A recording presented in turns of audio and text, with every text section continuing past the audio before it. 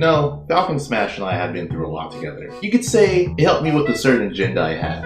Oh, that's a good grab. Nice little forward. Oh, Another combo. Here we go. Oh, 70% off. You're nuts. Just like that. You know, all good things come to an end, and I'm gonna have to end my relationship with this Falcon Smash.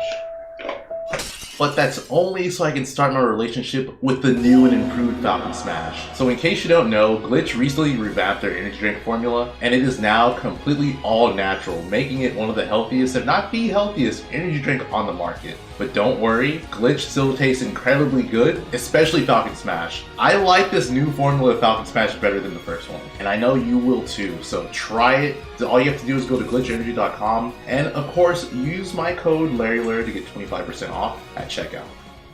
Hot takes. Some are good, some are bad, and some are downright awful. No matter where you go or what community you're in, there's always going to be someone who has a hot take on something, and the Smash community is no exception. What's up guys, sorry I'm late, I was busy playing a game that's actually fun. For this video, I'll be looking through some of the replies I got on this tweet I made, and giving my opinion on them. If you guys end up liking the video, make sure to drop a like and subscribe, and also let me know if you want me to do another video like this. If enough people like this, I'll definitely make another one since I got plenty of replies to that tweet, and I'm sure I'll get even more hot takes in the comments. But yeah, let's get into some of your hot takes. Sonic is overrated. He's very strong, but when pressured at the right times, he doesn't have much counterplay. Regarding being pressured at the right time, you could say that about literally every character in this game. There are certain situations that most, if not all characters, just don't have answers to. A perfect example of this is being ledge trapped. I don't care what character you are, being on the ledge against a competent ledge trapper plus a character with strong ledge trapping options is never a good thing. Sure, there are characters that can handle the situation better than most, but regardless, you are in a bad spot and it's up to the player ledge trapping you to make a mistake. That being said, Sonic definitely handles being pressured better than most characters. Maybe not so much on the ledge, but Sonic in my opinion is the best character in the game at fighting in the corner. Spin Dash combined with having the best ground speed in the game is pretty ridiculous. For those of you who may not know why Spin Dash is so good, the move has 6 frames of intangibility when you release the attack. So for 6 frames, Sonic is just a hitbox that you cannot challenge.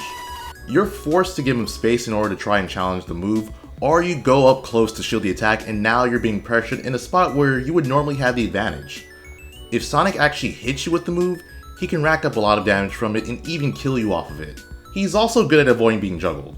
I'm not going to touch on it too much in detail, but homing attack, spring, down air, and having an air dodge that makes him invulnerable frame 2 helps out a lot. Now to touch on Sonic being overrated. No. This character is stupidly good. He has one of the best matchup spreads in the game in my opinion, and even if you don't want to base this off of matchups, just look at what the character is capable of. He has insanely good burst options, and from those options he can convert into combos that do a lot of damage very consistently.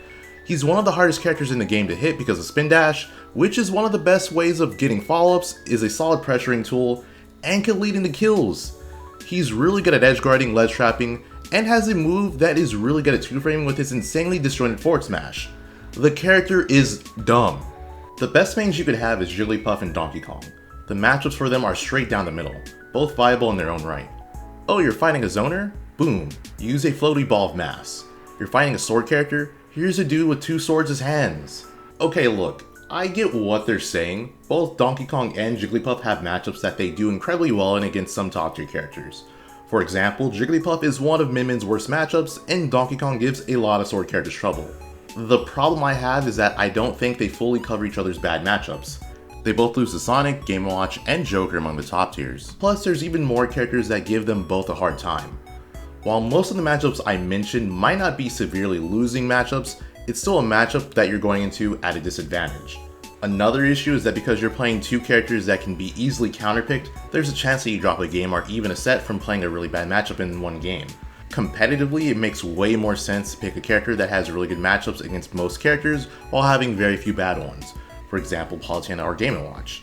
I think if you're going to go the route of picking a lower tiered character, you should at the very least have a solo viable character that you can use to cover them. Dr. Mario's recovery isn't actually that bad.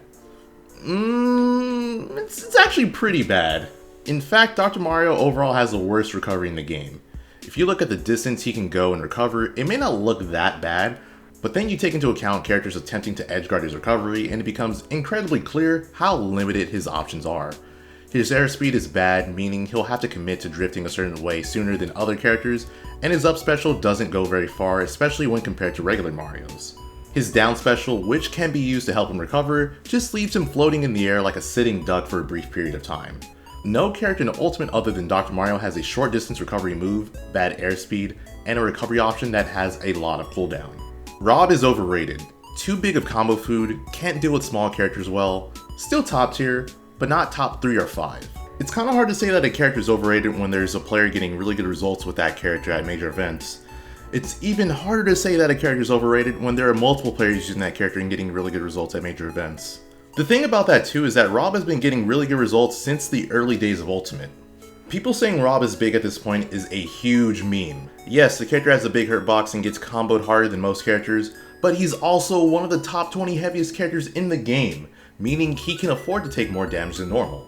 Considering how big Rob is, he has really good landing mix-ups thanks to his neutral air, which, if spaced well enough, is impossible for most characters to punish on shield even if they parry the attack.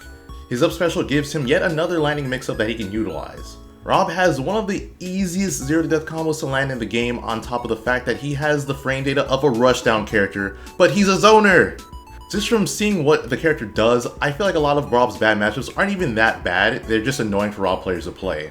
That character has way too many tools to not be able to effectively handle most if not all matchups. Ult would be more interesting if we had greater stage diversity. The legal stages feel incredibly samey. Counter picks should be counters. Stages like WarioWare, Frigate, even PictoChat, if you're nasty. I don't play this game for a living though, the players should decide, lol. I definitely agree about the stage diversity issue, but the problem I see is that you either play on stages that are hot garbage for the sake of having more stages, or you have significantly less stages but they're higher quality. Take Melee for example. They've gone through the phase of playing on different stages, and as time passed, they dwindled it down to a handful of competitive stages. Is it boring to some viewers to have the exact same stage played in tournament sets multiple times? Probably. But is it more fair for the competitors to not have to deal with a horribly designed stage in a competitive setting? I would say yes. I don't think we want to have to deal with a situation like this again.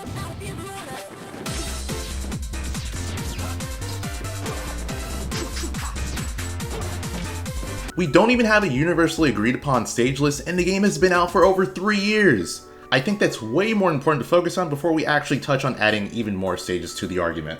Terry is a top 10 character. Easy ass neutral, best shield pressure in the game, go meter, fairly heavy, and has like 5 losing matchups.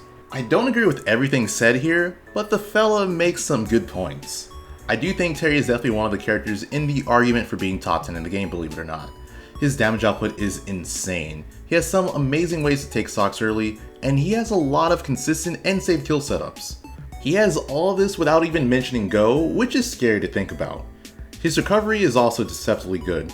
He can use his up special to grab the ledge, and most characters can't 2-frame him on stage if he goes low enough. He has some strong recovery mix-ups with crack shoot, power dunk, and his directional air dodge, which goes pretty far. I don't agree with him having the best shield pressure, but it's definitely up there, especially with how absurdly good auto-cancel power dunk is on shield. Him only having 5 losing matchups is probably a stretch as well, but I will say Terry's neutral cheats a little bit with crack shoot having auto turnaround and his spot dodge cancel attack. Alright, you know what? I'm gonna give you one of my hot takes, and you could roast me for it in the comments if you want. My hot take is that I think Rosalina is a top tier character. She has a really strong matchup against most of the zoners, her neutral air into up air is a crazy strong and consistent kill confirm, and some of her Luma setups are just straight up unfair, especially when you have the opponent trapped at the ledge. Once again, if you enjoy the content, make sure to drop a like and subscribe.